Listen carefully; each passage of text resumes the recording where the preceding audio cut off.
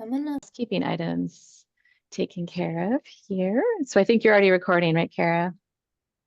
Awesome. All right. Well, welcome everyone to our October Lunch and Learn for WANIGP. It's great to see all of you here. And we're looking forward to what we've got going on next week too. We've got the WANIGP Fall Conference, which is going to be combined with the Department of Enterprise Services Reverse Trade Show. So we'll be able to take care of both of those on the next Tuesday down in Tacoma. So if you haven't registered yet, go ahead and get registered today. And coming up here next week or next month, we're going to have a lunch and learn on fleet procurement, best practices, market assessment, and more. So if you buy fleet, this might interest you. And then we also have an emerging roundtable coming up on November 14th. And just a reminder for those of you folks, we do take the month of December off from our lunch and learns. So keep that in mind.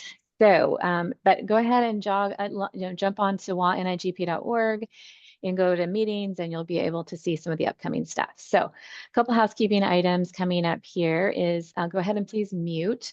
And when you're not actually talking, make sure that your participant name is full in your Zoom box, because in order to get credit, we have to know who you are. And so if you don't remember, go ahead and right click on your video and you should be able to choose rename. And then please go ahead and either raise your hand, use the raise hand button, or enter a question in the chat box. And James and Jeff, I don't know. I know when we talked to Annalyn, we were trying to figure out, do you guys want questions like as they come up, or would you prefer for us to wait and hold them till the end of a section, or how did you guys want to handle that? We'd probably prefer you wait to the end, just because there is a lot of detail here and we don't want to get like caught up and not be able to get through everything. Oh, absolutely. That makes sense. Okay, so go ahead and folks, if it's just on your mind, throw it in chat and we'll read through that and grab them and read them back out to the folks online. And so I believe Kara has a poll that she's going to launch here to kind of give our presenters an understanding of who is in the audience.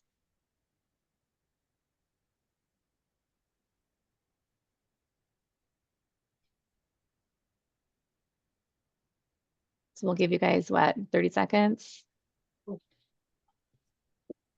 Go through and take a look at that. Yep, looks like we've got most responses in. I'm gonna hit end poll now. Awesome. Boop. We'll share the results out.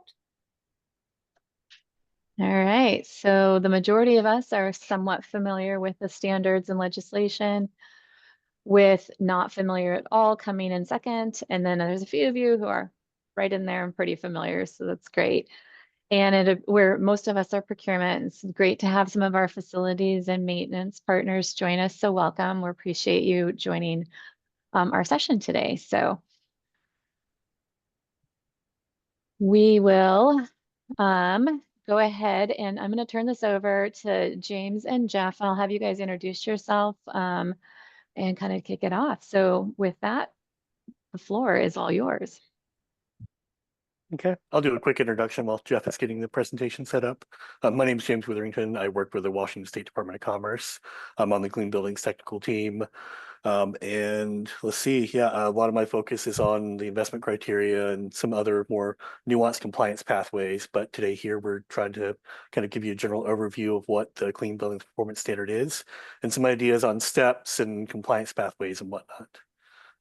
Jeff, I'm not sure if you get the slides up.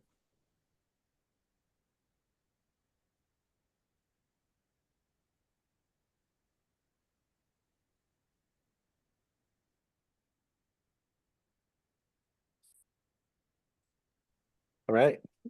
Jeff, if you want to introduce yourself real quick, too.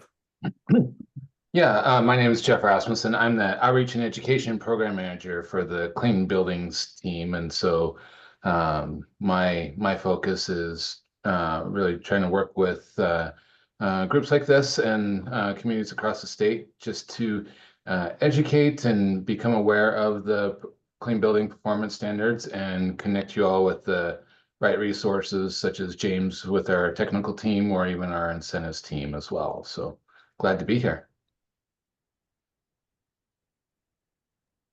All right, let's move on to the next slide, please.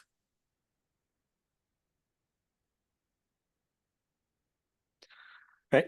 So this is just a general slide showing Commerce works to strengthen communities in all kinds of different ways, whether it's housing and homelessness, crime victims and public safety, or in this case, energy. Next slide, please.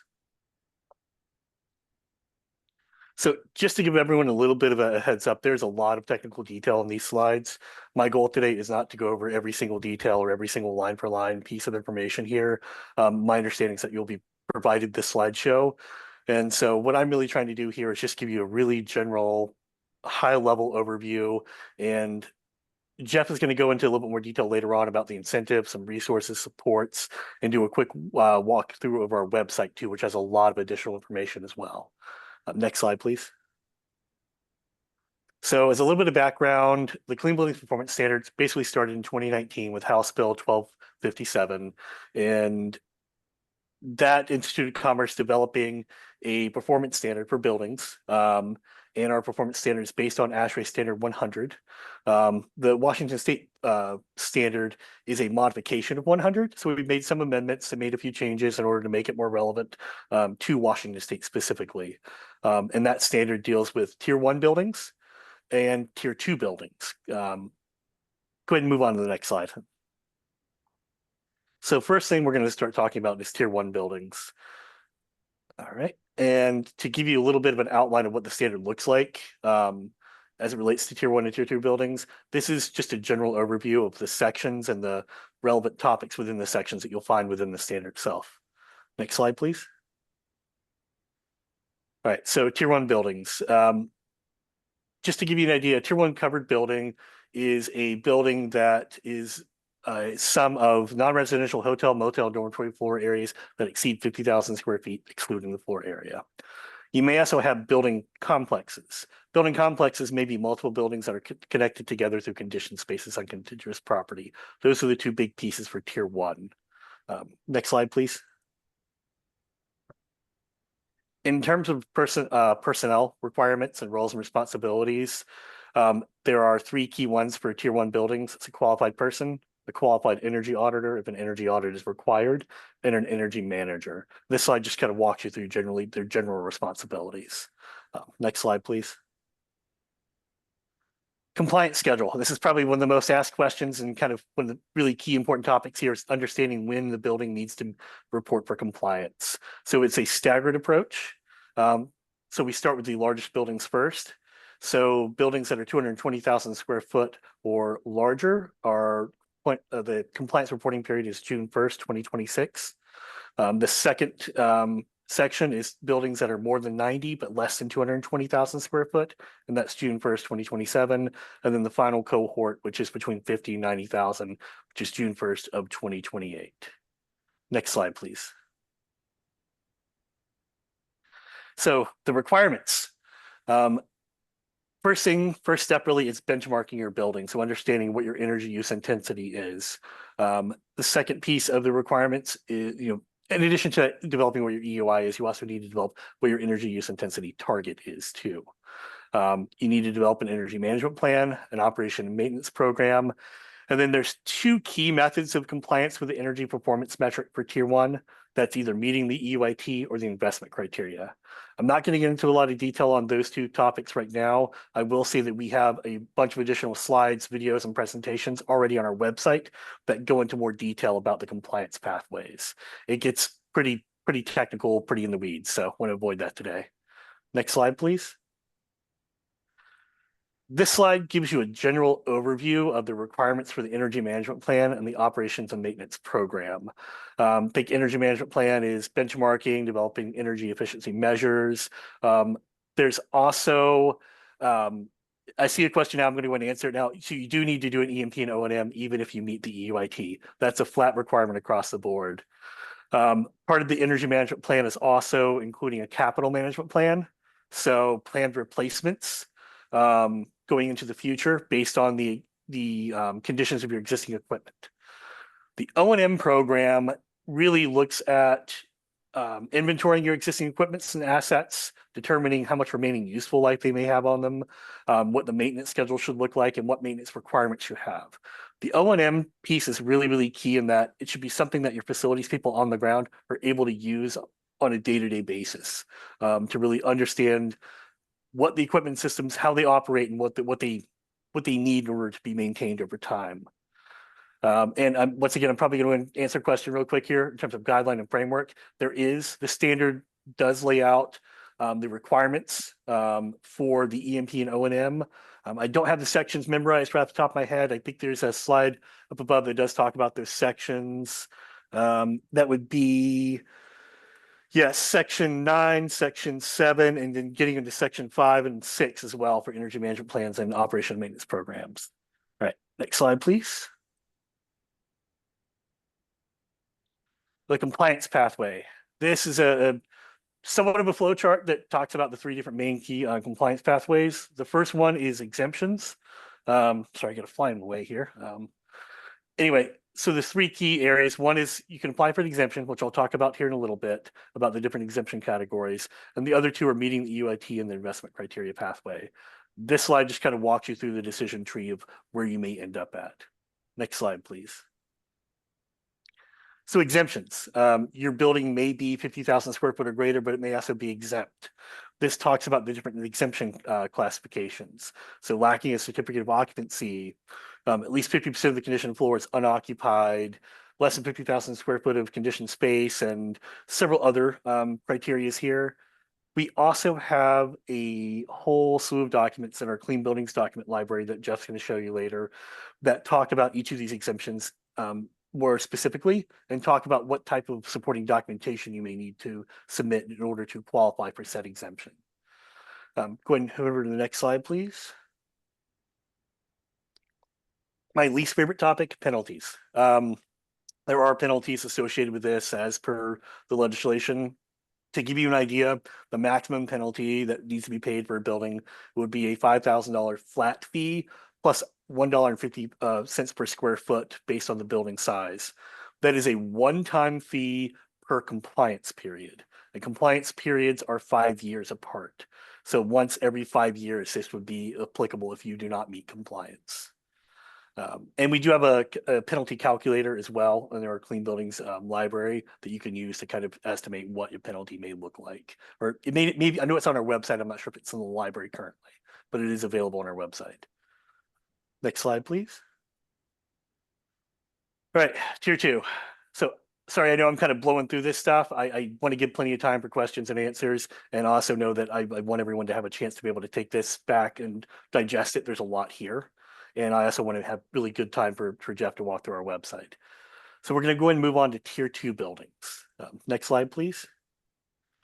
So tier 2, this is the definition in the standard as written.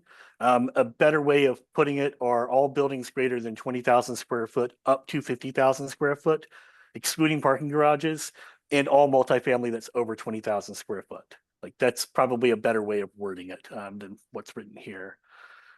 So go ahead and move on to the next. So right now we are in the process of identifying the tier 2 buildings. We identified about 8,300 tier 1 buildings through that process. And I will let you know that the tools we had for the tier 1 process were a little more rustic. We were directed to use things like county assessors websites, which depending on the county, the quality of the data may vary, especially for public buildings where they're not paying in taxes. So sometimes there's a lag time between getting updated data, including building owner information, addresses, square footage, things like that. Tier 2, we're using that same data, but we're also supplementing it with other commercially available data to try to get a more robust database. We don't know how many tier 2 buildings there are out there right now. We've heard estimates of maybe it's 10 times more than the tier 1, or maybe it's only 3 times as many buildings as tier 1 buildings, but we know they're going to be a lot. So right now we're working on building identification. We will be building that into our Clean Buildings portal. And our goal here is to notify tier 2 building owners by July 1st, 2025. We are also developing some tools, additional tools that aren't listed here, dealing with the O&M plan for tier 2 building owners. We're looking at something that will be able to be used on the ground by facilities operators, like a checklist, something that can be downloaded to a tablet, or even printed out if needs be. So we are aware that tier 2 building owners may not be the largest, most industrial commercialized sites. We may have one-off sort of mom and pop owned tier 2 buildings. So we want to try to help develop tools for those folks to be able to use, and even have people on staff be able to do that themselves instead of having to contract out necessarily. So we kind of have all that in mind as we're working through this process. Next slide, please. Compliance schedule. It's the same thing as a tier 1. The only addition here in this slide is a tier 2 piece. So all tier 2 buildings have a compliance reporting requirement of July 1st, 2027. Next slide, please. This is something I really, really want to hit home on. If you notice, there's something missing here for the tier 2 requirements. There is no performance metric for tier 2. Tier 2 requires benchmarking, an O&M program, and an energy management plan. You will be developing an energy use intensity target, but there's no performance metric tied to that at this time. So just want to make sure folks know that, there is a difference between tier 2. Tier 2 requirements are a lot lower than tier 1. Next slide, please. So tier 2 responsible parties, we have the building owner and a qualified energy manager. Because we're not talking about audits here, we don't have a qualified energy auditor. A lot of what will end up happening will be the building owner or building owner's representative, maybe another way of putting it too, maybe interacting with us to submit the compliance documentation. You'd also have a qualified energy manager, which would be managing, doing the pieces of benchmarking, developing that EMP and the O&M, and making sure that things are implemented. Next slide, please. The exemptions, same thing. We have a lot of guidance documents on the specific exemption criterion for tier 2. There's not a lot of variation between tier 1 and tier 2. Big piece to know is that obviously the square footage changes because the square footage requirements for tier 1 and tier 2 were different. But for the most part, pretty much the same. All right, next slide, please. So penalties. There are penalties for tier 2. These penalties are a lot easier to calculate. It's just 30 cents per square foot based on the building size if you do not meet compliance. And I think we also have a calculator for the tier 2 as well on our website. Next slide, please, Jeff. All right, this next little section is really just kind of a high level how to get started in this process. We've talked to folks who are like, well, we've never heard of this before. What do we do? How do we even do this? Like, it can be, I don't want to say analysis paralysis, but a bit of a shock. And so we want to try to provide some good key steps on folks to help them understand how to go through this process. So next slide, please. First things, just a quick little overview of the difference between a tier 1 and tier 2. Building size, big piece, multifamily included in tier 2, not in tier 1. Once again, circled here, no performance metric for tier 2. And then obviously you have the different compliance reporting periods between tier 1 and tier 2. Next slide, please. All right. So this is, regardless of tier 1 and tier 2, these are sort of a step-by-step process. We also included a little bit of a list of who may be able to help you if you have questions going through this process. So first thing is inventorying your buildings by size, right? Like you need to understand and figure out whether or not you have buildings that are greater than 20,000 square foot and potentially if they're greater than 50,000 square foot. That's been going on for weeks. So the next piece is your building exempt, right? So we have those exemption categories.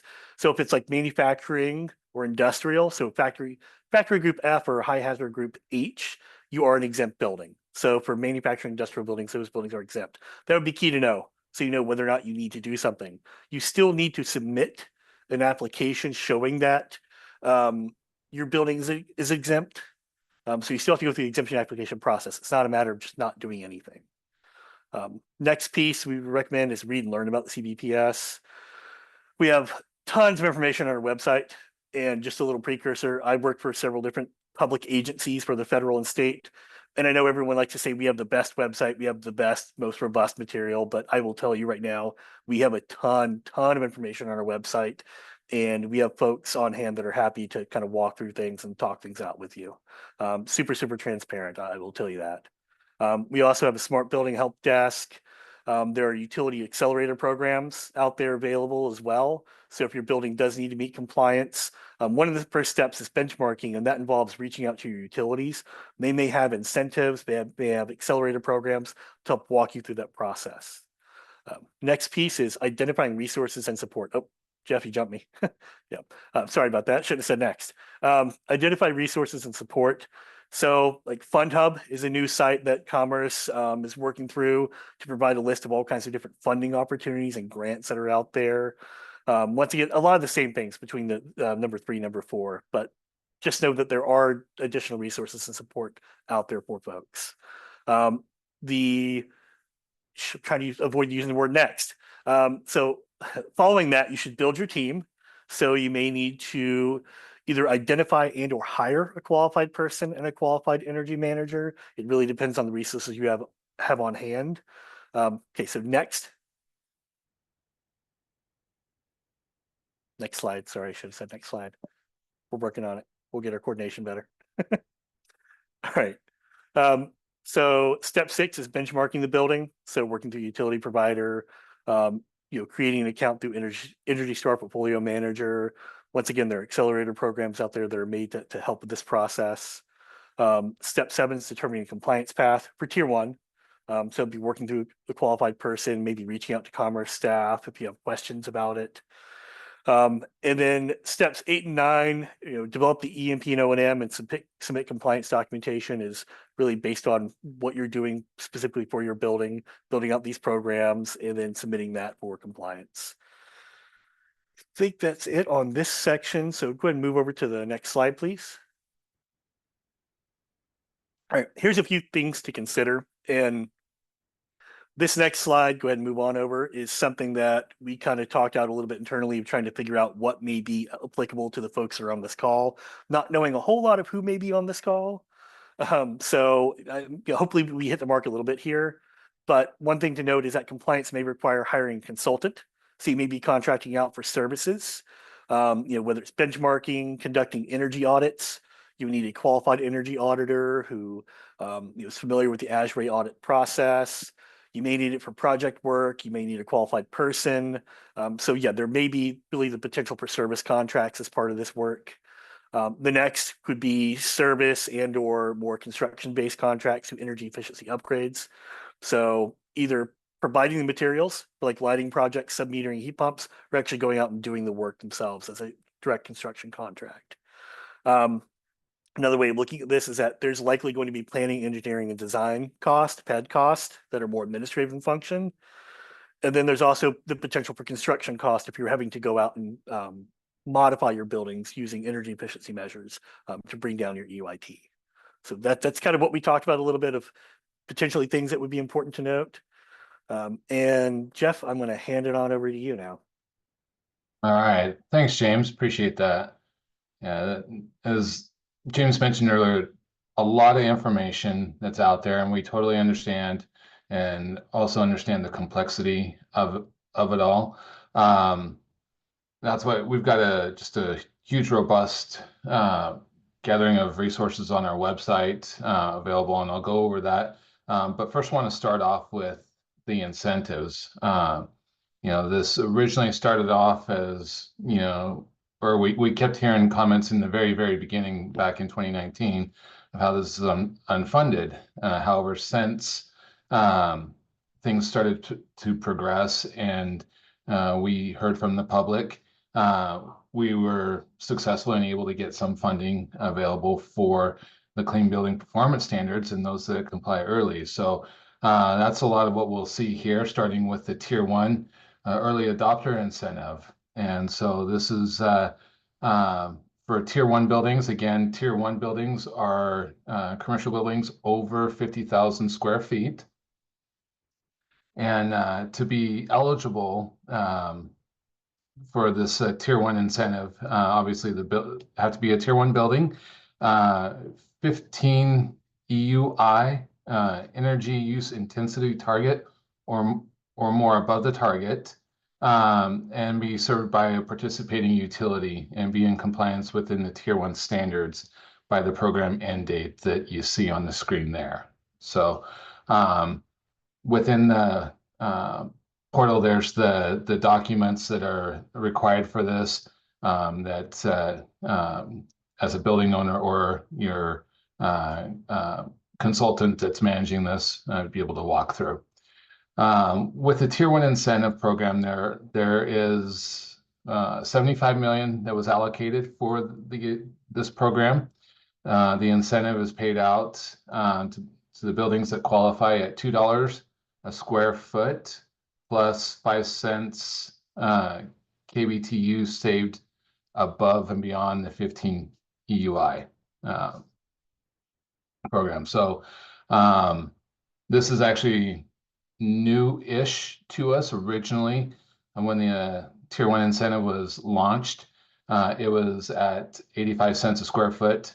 But the legislator offered some enhanced incentive abilities to the clean buildings. And so we were able to up the pot, if you will. So Tier 2, very similar in the respect of it's geared obviously towards Tier 2 buildings. Again, Tier 2 buildings are commercial buildings between 20,000 square feet and 50,000 square feet, as well as multifamily buildings above 20,000 square feet. For the Tier 2 incentive, there was $150 million allocated for this program. And at this time, it's currently paying at 30 cents a square foot for the early incentive program for Tier 2. Now, because we haven't launched the Tier 2 notifications yet, this incentive doesn't actually start until July 2025, but it'll run through June 1st, 2030. And again, for a building to be eligible for the Tier 2 incentive, obviously they have to be a Tier 2 building served by a participating utility and then comply with the Tier 2 compliance requirements that you see there. Another funding opportunity that is available out there for building owners is the energy audit for public buildings. Now, this is incentive used to help fund the cost of energy audits that identify cost-effective energy efficiency improvement measures. That's just a huge mouthful, so I apologize. I can go back and slow that down if we need to, but essentially the energy audits that are required, and this specifically for public buildings, this funding is to help offset some of that cost accrued. There's $20 million available, and the building owners that qualify can receive up to 50 cents a square foot. To qualify, it must be a publicly owned Tier 1 building, such as a school, library, city hall, so forth like that. Use an auditor that's on the verified network list and have an application in by April 30th, 2025. I know one question that always comes up is, well, what about Tier 2? Any programs for Tier 2 are still in development. Come this time next year, very possible that there would be additional conversations happening. Okay. So those are the incentives and some of the funding opportunities that are available out there. In one of James's slides, as far as getting started, he mentioned Fund Hub, which is a new website from Commerce or from the state actually, that kind of highlights and stores a lot of the other funding opportunities that are out there. So the nice thing with the incentives is that they can be stacked on top of other funding sources. So we don't have that requirement where it has to be the full funding source. You can't combine the funding sources or anything like that. So as far as the incentive program, those can be stacked. The support that's out there is really incredible. I came from another team within Commerce about 6 months ago, and I was just first thing I was blown away with the resources that are available, and we continue to build up on those resources as we move closer to compliance states within the Clean Building Performance Standards. So here highlights a few of them. Of course, you got your Clean Buildings team. Myself and I'm part of a team of 4 within the compliance programming side. James, as him and his team, are on the technical piece of it. So if you've got a question and you send it in, whether it be through that portal that you see on the customer support form you see on your screen, or the buildings@commerce.wa.gov, email address that you see there. You send the email through there. It's usually my team that receives those, and then typically we connect with James and his team to answer those technical questions. Our incentive team, we also take their questions for them or inquiries for them as well, and coordinate with them. So we've just got a huge pile of resources just within our team to support building owners and others going through this process. The Utility Accelerator Program, so definitely come check in with your utility providers, see if they're part of that program.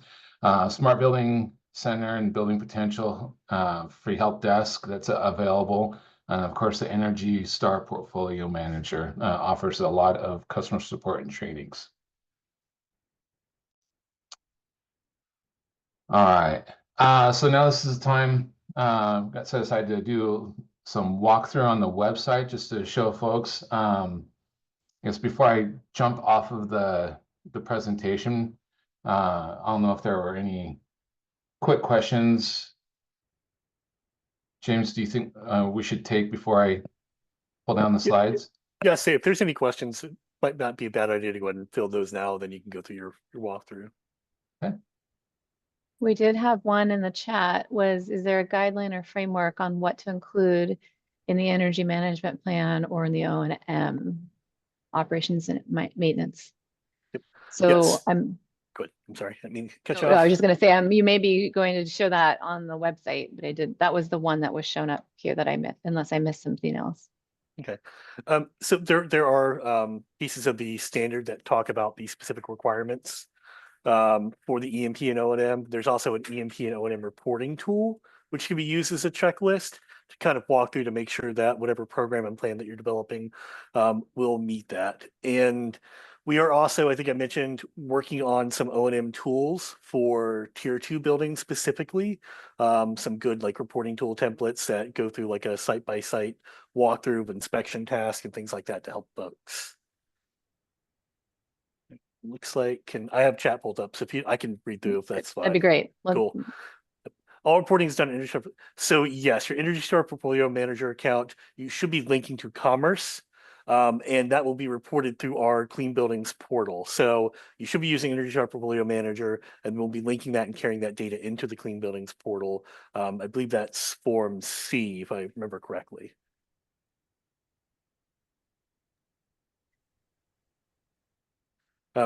So there are some training requirements and qualifications for energy managers. That's also, once again, in the standard. Each one has a kind of its own little section. So you have your qualified person, your qualified energy manager, which is, then you also have your qualified energy auditor, particularly. And each one of those has its own set of credentials or requirements. Typically, it's a few years of experience, and there's a list of like ASHRAE certifications and whatnot that would help meet that certification. And I'm trying to think, I don't have that pulled up directly in front of me, but while Jeff's doing his website walkthrough, I'll try to pull up the standard and try to post those things in chat so people will be able to see it firsthand. See next, how do I add a tier 2 building? You cannot add a tier 2 building to the Clean Buildings portal currently. We are still in the process of building out that identification list.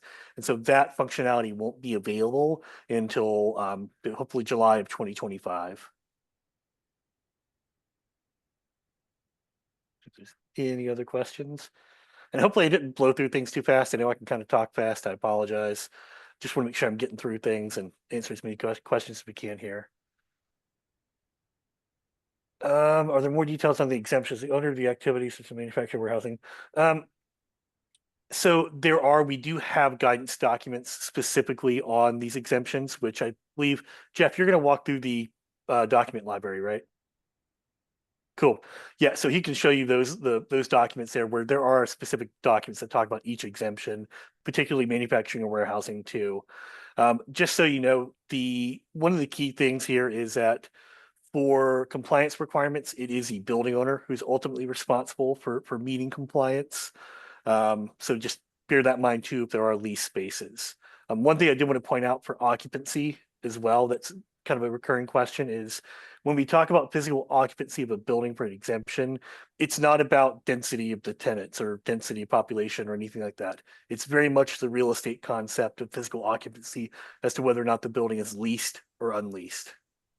That's actually good to follow up on Ellen's question, James, that from the Port of Bremerton, we're in the same boat.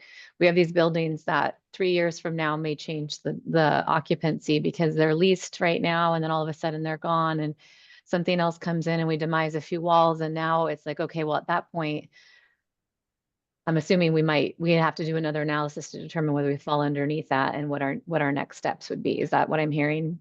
Yeah, I would say one of the best practices here is if you have those kind of scenarios, reach out to us directly through the customer support ticket piece. And if we need to sit down and have a conversation, particularly with, our technical group, we have a few different areas that we all kind of handle. And what we will do with this kind of scenarios, particularly like, ports like this, if we need to have a few calls and some follow-up calls too, and just kind of talk this out and figure out what works best for you, like we're more than happy to do that. To give you a little insight, like we're also dealing with like CTAC who's trying to submit for compliance. You can imagine how complicated and complex that is, trying to fit our requirements. And so we have pretty recurring meetings with all kinds of public entities and private companies as well as needed. Thank you. All right. Any other questions? I don't want to take up too much time. I want to give Jeff his chance to walk through, and I will pull up those definitions for qualified energy manager, qualified person, and qualified energy auditor and put those in chat while Jeff's doing his presentation. All right, excellent. Yeah, and I believe we will have some additional time for Q&A as well. So feel free to load the chat up with those questions. We're happy to help. All right, so the Clean Building Performance Standard website. I'll just kind of set this up and let everyone know this website is literally about a week old. It was updated and it just launched last week. So I'm still learning the navigations of it from the former website, but thrilled with how this is laid out because I feel like it's so much easier to go through and find what you're looking for a little easier. Website simple at commerce.wa.gov/CBPS, Clean Building Performance Standards. And if I remember right, that was also put in the chat in the beginning as one of the resources. So, so when you go to the website, it brings you right to this page. If this is the first time coming or ever dealing with the Clean Building Performance Standards, highly recommend to download the performance standard sheet right there. Basically fill out your information and then once you fill it out, PDF will appear. So there's no cost to receive a copy of the standards. So if you are Googling it and come across a link that says it's $45, back out and come to our website and do it here because it is free through our website. This first page really just kind of breaks it down as far as the deadlines go and then separates everything out from tier 1, tier 2, our document library, rulemaking trainings and workshops. So this is where we host all of our previously recorded trainings and workshops that we've done over the course of the last 2 years. And so you can certainly go through any of this, and then the support resources, the Clean Buildings portal, which is the website that you'll access to submit your building data, submit for compliance, submit for incentives and so forth. And then speaking of incentives, I'll link directly to that program as well. And then, of course, any of our news and updates down here at the bottom.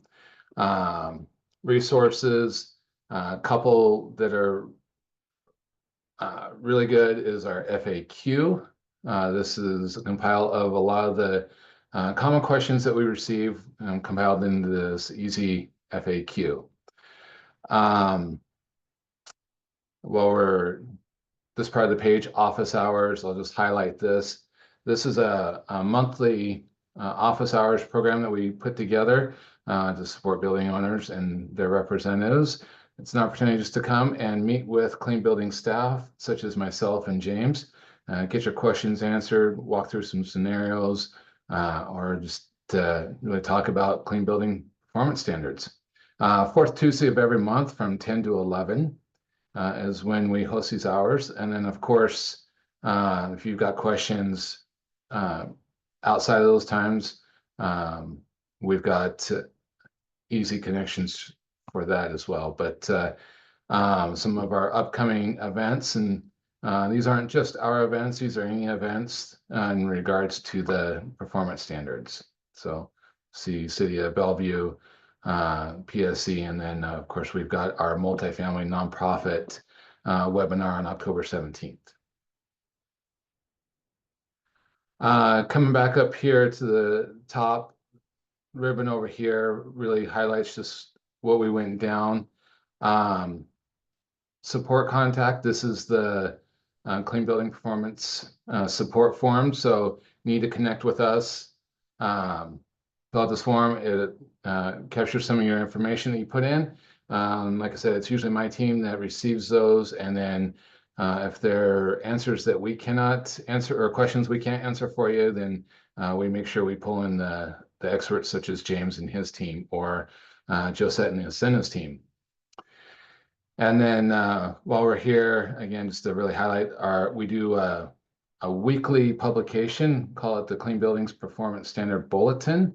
And so if you're not receiving that bulletin, I strongly encourage to sign up to receive that information.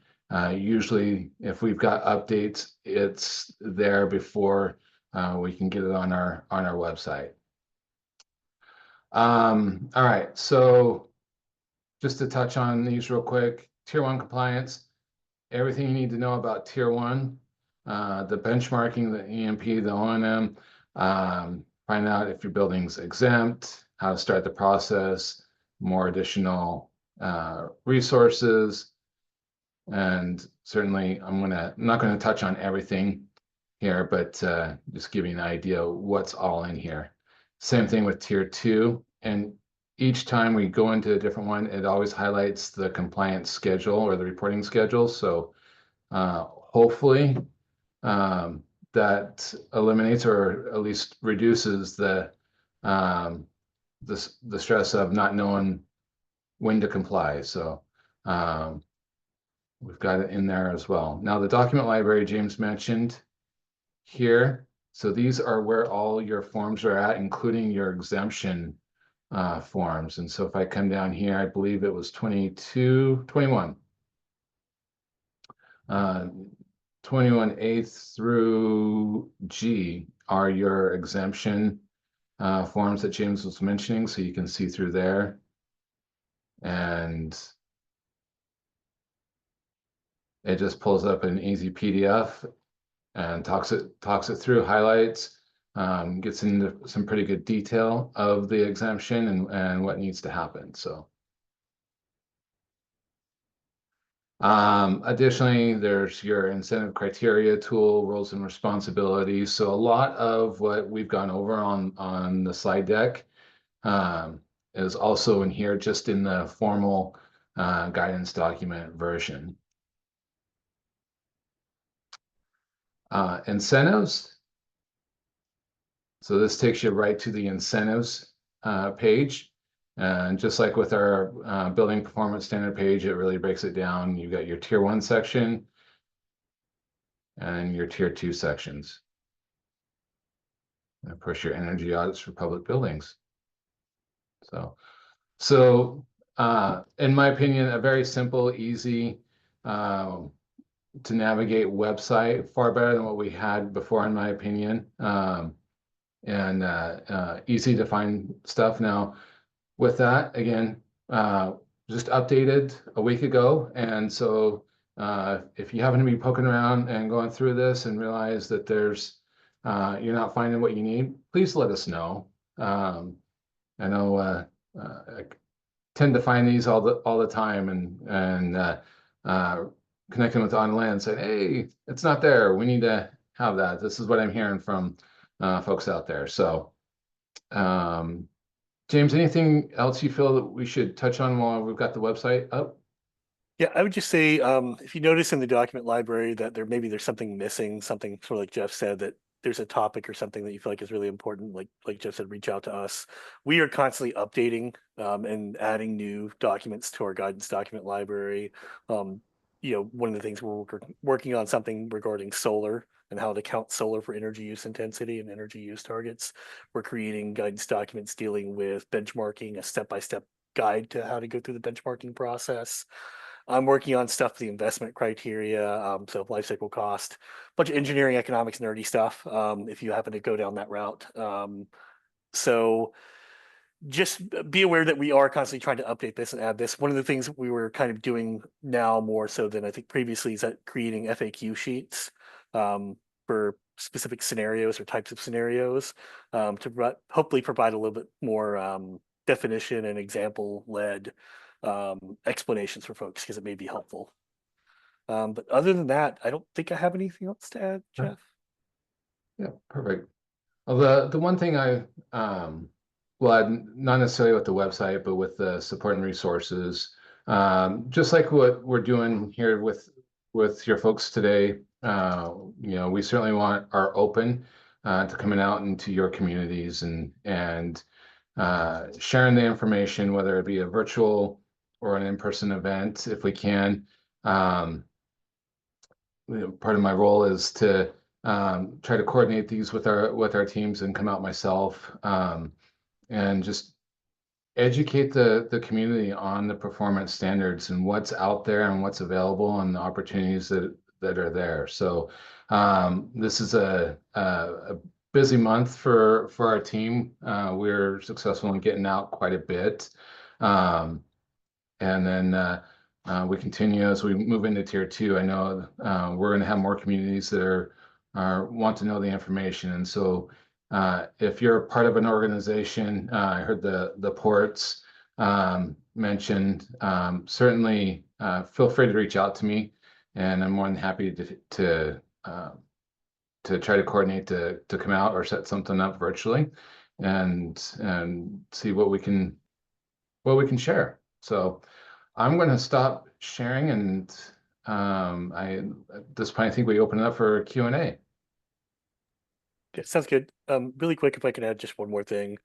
So to give you a little bit of heads up, our team is kind of scattered across the state. Like I'm over in Eastern Washington, I'm in Walla Walla, and I'm more than happy to travel out and talk and discuss and whatnot. And as Jeff mentioned, I'm very aware of like ports, particularly being pretty big building owner with some complex leasing issues that I know can create some problems.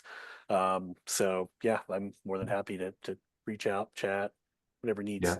Yep. No, definitely. Well, I know we all. In Kitsap, so. Well, I know we all appreciate that because I think the folks that you see here are from all over the state. So that's fantastic. So I know we want to open this up for questions. I did want to, maybe you said this and I missed it, but those compliance deadlines, the compliance and the building itself has to be done 1 year prior to those deadlines, because don't you need a full year of reporting, or is that the year that you need to be compliant and then you have a full year to gather the data? So for compliance reporting, you need to have all your EEMs implemented. You need to have your O&M and EMP developed and implemented. You do need 12 months of energy data. You can submit for conditional compliance. That gives you up to, I think, 15 months of additional wiggle room there to get the measurement and verification piece. So anything that says it's due by June 1 or July 1 of 2027, really you need all that physical stuff done 1 year prior to that. So keep in mind that you actually have 1 year less than you really think you have. That was, I think, what caught me off guard when we started ours, was realizing that we needed the 12 months of data in order to be able to report.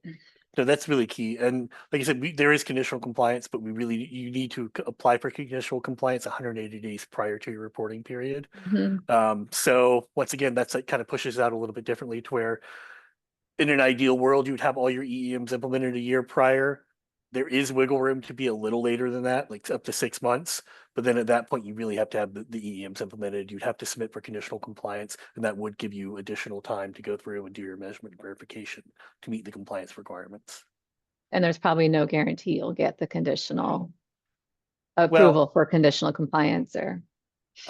I don't think I can speak to that. We haven't reviewed any conditional compliance applications, but I will say I don't foresee there being issues if you legitimately have implemented your EEMs and have your O&M and EMP and you just need the time for M&V as per the standard. I don't see why that would be denied. Like it's not to give you a heads up as well. This is, we deal with a lot of school districts too. And school districts are really tricky because a lot of their funding for capital improvements may come from bonds or levies. And I live out in Eastern Washington. I know plenty of school districts that can't pass a bond for anything, even for things that in their mind may be even more important than this. We had the financial hardship application process. That's the intention. If someone like a school district can't raise funds to meet their requirements, financial hardship is a valid exemption process. Particularly for this first round, I think it's really important, especially for public building owners to really hear this, that one thing that we really want to capture is what is the cost for compliance. So going through the process, documenting those costs, even if you have to submit a financial hardship application, that's fine. Knowing the cost of compliance is a tool that we even at Commerce can take back to the state legislature or for school districts and take back to the state and to OSPI and say, hey, if you want us to meet these requirements, this is how much it's going to take to get us there. And that can help create new funds, new incentives, things like that. Sorry, I know it's a little bit of a soapbox, but just. No, it's helpful, I think, for a lot of folks. School districts, I know I work there, but I also know that like certain times you have to literally cut other projects in order to comply. And so everyone has to keep that in mind. So do we have any other questions? I don't see any in chat. Oh, yeah, I did see one in regards to adding a tier 2 building to the portal. So yeah, I just want to, with tier 2 notifications are going out in June 2025. And so our data team is actively loading all those buildings into the portal. So if you're accessing the portal and you got a tier 2, but it's not showing up, it won't until closer to June 2025.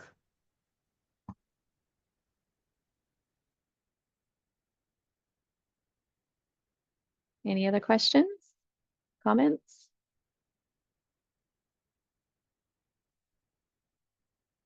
Go ahead and unmute and ask as well if you're trying to furiously type and get it in before I close questions. Well, James, Jeff, thank you so much for coming and chatting with us. We really appreciate it. I learn something new every time I listen to we've been through it. We've got a substantial portion of it done and I still continue to learn. So I appreciate that. Yeah, I think we're both happy to be here and help as we can. Absolutely. Yeah, and I'll reach out to you about the Public Ports Association and see if someone else has already done that. But that would be, I think, very helpful because we've got a lot of ports and a lot of little ports that may be more impacted by the tier 2 portion of it. Some of our smaller ports, and we will be as well. So it'd be great. Excellent. Thank you. All right. Well, everyone have a fantastic